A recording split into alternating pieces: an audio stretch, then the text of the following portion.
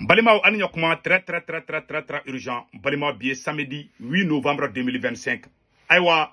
an balmache na togo Mali arapere korodi do ko Talbi. Mali on Talbi ye message do bla ka nyesi an ga jamana nyamogo ma. Asimi Goita. Talbi ko Mali be ka kuma ina me. Talbi ko Abdou Niang be ka boli munke. Ko ka sulame ala gushi. Bela jele be Talbi don arapere de kundo me sisan tiena a Toubira, a Duna Sulamiala, bébé Talbidon, voilà. Talbi, Araper Talbi, voilà, a photo fleni. Mais si ça a été Araper, a été Arapukebli, a été donc d'abli, avec Selike, a Koka, a Toubira, avec Sulamia, de la Samo, 100%. En bas, femme, bonne chance. Voilà. Si ça, Talbi des messages d'Obla, Malien beka message n'a ka message n'yashi, anga autorité de tranchant Roma. Abdou Niang beka boli munket, et Fenko, et Talbi ko Kambanga Jamana fait un message flemena kala que nous aimons notre pays, nous respectons nos autorités, nous faisons confiance à la justice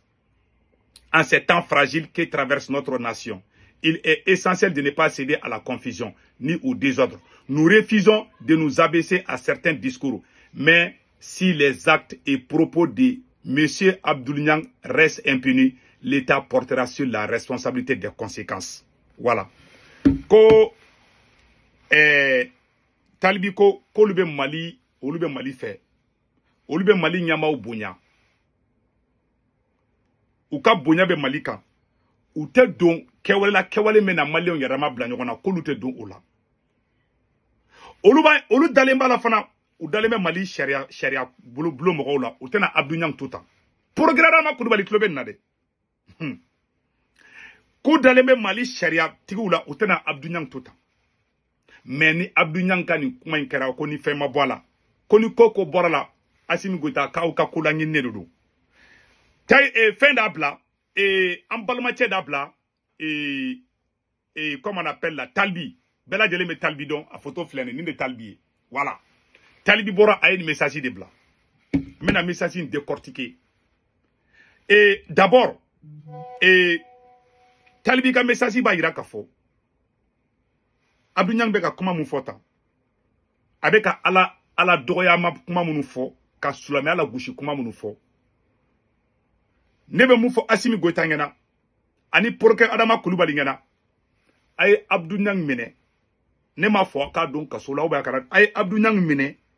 Aw ka nyama dugu doni. Na ya Abdou Niang tota. Ni ko ya Abdou Niang soro aka na fo ko wahabia udunde. Abdou Niang beka kuma mu beka bo Abdou Niang da ni ya fo ida kito ali Ameriki kona ni mi kolosi mo do bi ye kare kono be ube marfa chila. Abdou Niang beka kuma mu fo Francis journal do kume ko Charlie Hebdo o kume to ka alal dogoya o ye Francis de sécuritaire Francis Europe de Francis caméra be Europe la sécurité dans Francis mais Francis re dugu kono olu ka journal do be ko Charlie Hebdo olu kume to ka Abdou Niang ka kuma nyogona su de fo Jatika wale mogo do dusu tiena aye marfa takata Charlie Hebdo a journal le ka mogo ka befaka ni koye Abdou Niang soro agana foko wahabia ono do de neke ni bila parce que shibato hotel la di kame abela kuma mun fo mado ka dina ko ka bu ibita soro wahabia tere parce que mogo be ka koenge wahabia ko te ni kodu Abdou Niang soro dogoro na bora kaba ko ke wahabia ko do rabe guerre civile wuli wahabia 80% yo maraka ou abo kalama wahabia 80% oye maraka ou de Mali kono chaman be ubuka boutique kono te ka kuma u dusu tiene do o korote ka foku u dimine no de awa wahabia o te jatika wale mogoyi mbo fanya bi ni koy Abdou Niang soro aw kana foko wahabia o no do de mbo fanya abeka kuma mu foni ni ya fo America ya nu soro bi fa abeka kuma foni ya fo Europe nu soro bi fa abeka ala kota ka yelema kan galonta ka dola ka tan galonta ki ka noro mogo la ka confusion créer bi ango soro su be keleke woro la bi Abdou Niang be ka jemuke aw soro su aw autorité Asimi Goita aw de be Abdou Niang ko fe bo anyata conséquence la ni e ka muruge ki yere kantege di na ma Abdou Niang mene Talbiya fo de na ma mene ni ko bora la aw de ka responsabilité du abe aw de ka bara la abe ka kuma fo aw kloba la aw ma femba la Maléon ala sago sago ni koya Abdou Niang soro Assimi Goïta aw de ka responsabilité du ni koya Abdou Niang soro pour que Adama Koulibaly ne be bombe vidéo kika avec ka kuma mun fo cɛ ni y'a fɔ ni marifatigiw sɔrɔ bi faga mɛ ka tiɲɛ de fɔ parce que ne y'a dɔn nin na ka fɔ n ka Abdou Niang ti fɛn dɔn na ti sigi ka taa nin kuma fɔ tan cogo la a bɛ ka kuma minnu fɔ a la ko kan ka taa nkalon tigɛ a nɔ kan dɔrɔn hali kiraw bɛɛ la ka silamɛya bakolo yɛlɛma ka silamɛya lagosi a ye nin kelen de kɛ IBK nɔfɛ n'aw kɛni ma Abdou Niang n'aw ma fɛɛrɛ k'a ka ko la ni ko kɛ n'a sɔrɔ a kana taa wahabiyaw tɔgɔ fɔ dɛ parce que wahabiyaw tɛ marifa ta ni wahabiyaw kɛ mɔgɔ fagala ye sisan b'a sɔrɔ u ye Abdou Niang faga mais mɔgɔ dɔ de bɛ Abdou Niang bɔ baara la a ka nin kuma nin na n'a ma kuma in jɔ ni kɔrɔna cɛ don dɔ la a bɛ taa Abdou Niang su sɔrɔ siraba kan ne de bɛ ka kuma in fina parce que ne b'a dɔn mɔgɔ dɔw bɛ yen i bɛ taa sɔrɔ hali maliyɛnw tɛ u bɛ nin mɛn k'u to dugu wɛrɛw la u bɛ voyager ka na Abdou Niang kama n bɛ ka tiɲɛ de fɔ a ɲɛna i tɛ nin fɔ arabu dugu la k'i bɛ si Mali ni arabu dugu bɛɛ ka surun Mali ni Mauritanie ka surun Mali ni Algérie ka surun Mali ni arabu dugu caman ka surun Abdou Niang bɛ ka nin kuma in fɔ a bɛ ka flamme wuli silamɛw bɛ ka bɔ fan bɛɛ k'a critiquer a la a kɛlɛ bolo kelen jɔlen b'a kelen na ni Abdou Niang n'a ka dangadenya tɛ kuma dɔw bɛ yen kana fɛn fɛn b'i ka vie bila danger la kana taa sira kan non seulement i bɛ ka nkalon de tigɛ ni Abdou Niang kelen ni de y'a to ni wahabiya bɛɛ farala Imam Dicko kan ka IBK ka fanga bi ni Abdou Niang kelen ye aw ka transition kelen kɛlɛ wagati min na embargo kun b'a ka wagati na ni Abdou Niang kelen kun bɛ k'aw kɛlɛ wahabiyaw de aw sauver Mali taabolo minnu bɔra ka fɔ Assimi Goïta taa n'a ye an b'i kɔ o ye wahabiyaw de o wahabiya kelen minnu tɔgɔ bɛ ka tiɲɛ an ye Faransi gɛnni mun kɛ an ni wahabiyaw d'a kɛ mɔgɔ ma Maliko kɛlɛ kɛ ka tɛmɛ wahabiyaw kan o cɛ tɛ o karamɔgɔ ɲɛmɔgɔ tɛ k'an ka révolution kɔnɔ k'i y'a kɛ ka tɛmɛ wahabiyaw kan a cɛ tɛ karamɔgɔ dɔ ka bolo kɔrɔta k'e y'a kɛ ka tɛmɛ wahabiyaw kan an bɔra ka Faransi kɛlɛli mun kɛ wahabiya karamɔgɔ kun b'a wajulu k'u ka misiri kɔnɔ ko Faransi man ɲi mɔgɔ min bɛ Faransi défend o de bɛna fara aw kan ka tila k'olu neni e ma dɔn si ni mɔnɔ don mais ne kɔni bɛ kuma kelen kɛ nin fɔ ni Abdou Niang kelen in bilahi ni ko y'a sɔrɔ Assimi Goïta i ka foti don na a maliyɛn bɛɛ inséré dɛ aw bɛ ka to a bɛ ka taa sogo fɔ mɔgɔ ma bɛɛ diminen bɛ bi Talibi bɔra Talibi ye kuma min fɔ i b'a dɔn Talibi t'a da don politique kuma est-ce que a bɛ Talibi la ka da don politique ko kuma la non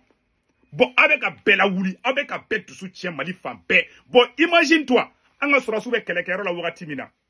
an bɛ nin manamana ko la Bamakɔ kɔnɔ nin bɛ sɔrɔsi moral cassé de a bolo ala an ka sɔrɔsiw la wahabiya ta la suna tɛ an ka sɔrɔsiw la olu bɛ nin ye k'a bɛ diya u ye olu bɛ nin ka diya ne y'a sɔrɔ wahabiyaw ye marifatigiw de sisan b'a sɔrɔ ma Abdou Niang faga sisan b'a sɔrɔ y'a faga o parce que marifatigiw tɛ Abdou Niang bɛ mobili ta Bamakɔ ka taa Segu mɔgɔ si tɛ s'a ma kala t'a wagasi mais ni ko y'a sɔrɔ don min na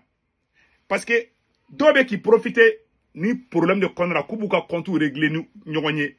a tɛ marché an ka Maliba in kɔnɔ dɛ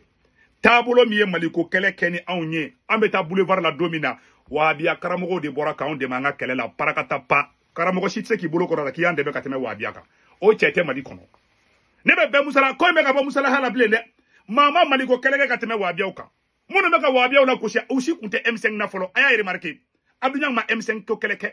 a ma mouvement fɛn fɛn wulila ko ka Mali ka yɛrɛma hɔrɔnya kɛlɛ kɛ a mouvement kelen tɛ ko Abdou Niang kun b'a la mais bi ale de nana parce que maa minnu b'an kunna bi ala y'u kɛ maaw ye u hakili ala ma n'ala ye adamaden jɛ hakili la jɛ fɛn bɛɛ la sinon Abdou Niang kan ka kuma Maliko la mouvement fɛn fɛn wulila ka Maliko kɛlɛ kɛ an tɛ a banna wulila wagati min na ko k'an ka constitution bɔ yen Abdou Niang kelen kun bɛ k'o défend M5 wulila o kɛlɛ mouvement fɛn fɛn wulila Faransi kɛlɛ ka fɛn kɛlɛ a y'a bɛɛ kɛlɛ ou bien a bɛ ɲagami dɔw la ka tila ka bɔ k'u kɛlɛ a y'a bɛɛ kɛ a y'an ka mouvement fɛn fɛn kɛ ko ka Mali ka yɛrɛma hɔrɔnya sigi a kan anw ni sunamɔgɔw d'a baaraw bɛɛ kɛ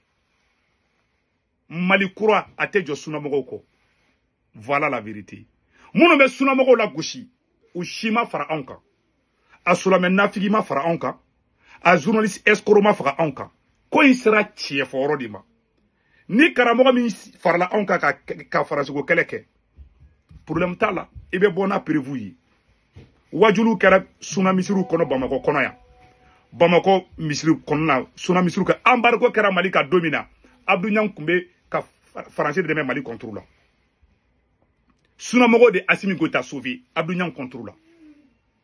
o Abdou Niang tila ka sigi tuguni ka kuloki changer tuguni ka tila ko sunamɔgɔw la gosi k'olu maɲi mais adamaden bɛ se ka kɛ muru ta k'i yɛrɛ kɔnɔ fara Assimi ka fanga kɛra o di mɔgɔ minnu ye sauvé b'olu labila mɔgɔ lankolonw ye Ala bɛ se ka barika don fanga la ne kɔni bɛ mun ŋani fɔ ni ko ye Abdou Niang sɔrɔ Assimi Goïta ka foti don Talibi ye kuma fɔ a ye tan de fɔ a kelen ma jɛ Talibi ka kuma kɔrɔ tɛ dɔwɛrɛ ye Talibi ka kuma kɔrɔ tɛ k'ale bɛna fɛn kɛ Abdou Niang na Talibi ka kuma ye a bɛ ka kuma fɔ conséquence de b'a la n'i ye nin fɔ Amérique kɔnɔ yan bilahi talahi n'u y'i sɔrɔ b'i faga mɔgɔ y'a fɔ hali minnu ye kuranɛ ni fɛn jeni ka Ala kira la gosi ni fɛn fɛn ka taa film hali minnu ye film tourner ka Ala kira la gosi u y'a ɲini ka faga Abdou Niang ka nin ko in bɛna kɛ international de fo diɲɛ jatigɛ wale baw bɛna bɔ a kalama sisan u bɛ sɔrɔ ka wuli k'a faga n'u y'a faga san a bɛ fɔ ko wahabiyaw de don k'a sɔrɔ wahabiyaw tɛ wahabiya tilancɛ bɛɛ maraka de ye wahabiya ye n b'o fɔ a ɲɛna bi dɛ n'i ko wahabiya dɔrɔn ko marakaw n b'o fɔ a ɲɛna marakaw de ka ca wahabiya kunda n'a ko k'a b'a wahabiya kɛlɛ wuli hali aw dɛmɛbaga dɔw bɛ transition kɔnɔ u bɛ tila ka duloki changer ka bila aw contre la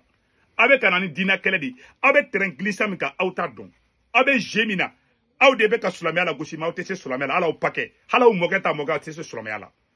Mali masakɛ kɔrɔba bɛɛ tun ye silamɛ de ye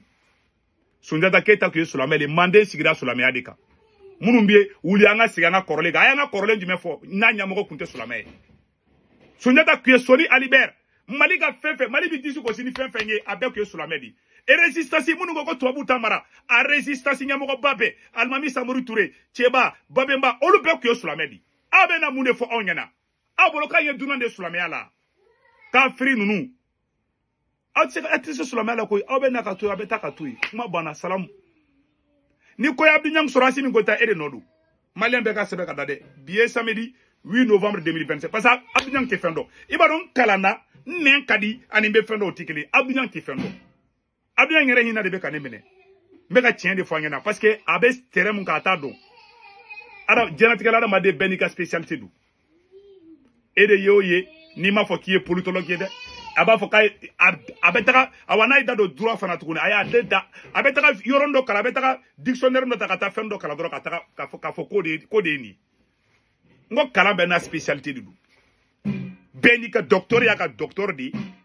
ye juriste ye juriste de ye historien ye historien de ye bɛɛ n'i ka spécialité don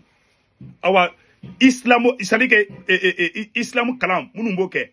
o mɔgɔw fana bɛ yen a kama donc les experts en islam donc o mɔgɔw bɛ yen e tɛ se ka jate olu fɛ o parce que e ye kafiri di Abdou Niang tɛ silamɛya dɔrɔn contre la dɛ Abdou Niang bɛ fɛ Mali yɛrɛ de ka ɲagami Abdou Niang bɛ fɛ ka ni guerre civile de ye wa ka plan bɛ ka marcher voilà la vérité mais mori min ko dugu bɛ ci a tɛ fɔ a n'a ka walaha kɔ an bɔra n y'o de fɔ na procureur Adama Kulibali la balle est dans votre camp aw ye nin kɛ aw bɛ ka mɔgɔw bila ka mɔgɔw dusu kasi bi dɛ vraiment ka nin fanga in kɛra tɔɲɔli fanga ye walahi bilahi et puis an ka karamɔgɔba dɔ bɔra ka kuma ko kan an bɛ n'o ka kumakan kalan an bɛna jɛ k'o lajɛ ɲɔgɔn fɛ galon de bɛ ka nɔrɔ tigɛ ka nɔrɔ mɔgɔ la ala ka don o don da ni transition kɔnɔ galon de bɛ nɔrɔ adamadenw na halalaw yɛrɛwolow ka ma ɲumanw na gosi k'o di malangolow ma don o don galon de bɛ tigɛ ka nɔrɔ dɔ la don o don galon de bɛ tigɛ ka nɔrɔ dɔ la o fana jamanajɔ ya jamanajɔ kɔrɔ de sa nɔ patriotisme kɔrɔ de ka galon tigɛ ka nɔrɔ mɔgɔ dɔ la nin ye kabako y'an ka jamana kɔnɔ dɛ an bɛ ka fɛn kura de don o don ni jamana in kɔnɔna na o de kosɔn an b'a fɔ an ɲɛna ni ko ye Abdou Niang sɔrɔ n bɛ segin a kan ni ko ye Abdou Niang sɔrɔ Assimi Goïta e de don dɛ an kɔni y'a fɔ maliyɛn bɛɛ y'an seri ala y'an seri fana ye an y'a fɔ awa an bɔra kuma la an ka jɛ an ka namɛ fɔlɔ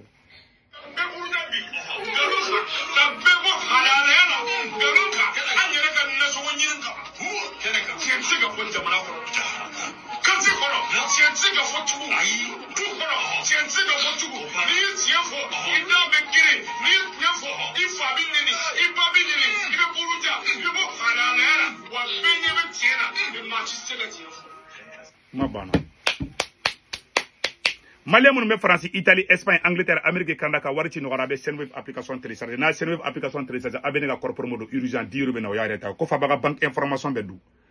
aw somɔgɔ bɛ Mali la Sénégal Côte d'Ivoire Cameroun a b'olu ka orange numéro ta a n'u tɔgɔ bɛ garanti kan n'a wari cunga b'a sɔrɔ orange money na sur place wari cogo fɔlɔ a tɛ dɔrɔmɛ 1 sara wari cogo filanan sabanan bada 1